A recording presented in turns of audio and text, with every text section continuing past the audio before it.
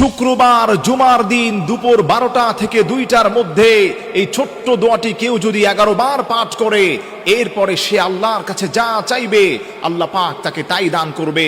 আপনি জানলে অবাক হয়ে যাবেন। জুমার দিন হচ্ছে অত্যন্ত গুরুত্বপূর্ণ, যাকে হাদিসের ভাষ্য মতে সাইয়্যিদুল আইয়াম বলা হয়। আল্লাহর হাবিব সাল্লাল্লাহু আলাইহি সাল্লাম বলে দিয়েছেন, এই জুমার দিন হচ্ছে আল্লাহর কাছে অত্যন্ত প্রিয়। তার কারণ হলো এই জুমার দিনে আল্লাহ রাব্বুল আলামিন হযরত আদম আলাইহিস সালাতু ওয়াস সালামকে সৃষ্টি করেছেন। আদম আলাইহিস সালাতু ওয়াস সালামকে শুধু সৃষ্টি করে নাই, জান্নাত জাহান্নাম, একটি বর্ণনায় পাওয়া যায় গোটা কায়নাতকে আল্লাহ রাব্বুল আলামিন এই জুমার দিনে সৃষ্টি করেছেন। আল্লাহু আকবার পড়েন। এজন্য আমার প্রিয় ভাইরা, জুমার দিন আল্লাহর কাছে এত প্রিয়।